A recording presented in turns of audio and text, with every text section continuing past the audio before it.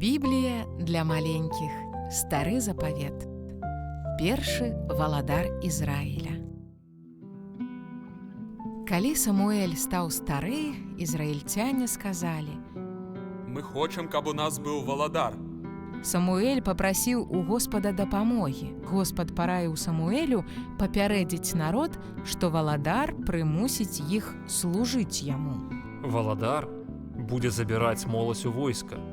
Людзі будуць аддаваць валадару ўсё самае лепшае і будуць шмат працаваць для яго. Самуэль папярэдзіў народ, але яго не паслухалі. Тады Господ сказаў Самуэлю абраць валадара. Господ прывёў Самуэля да чалавека, якога звалі Саул. Прарок памазаў галаву Саула алеем. Гэта быў знак таго, што Господ абраў Саула валадаром. Саул вырашыў схавацца, таму што быў баязлівым. Але людзі знайшлі яго. Тады Самуэль абвясціў народу: «Вось ваш валадар».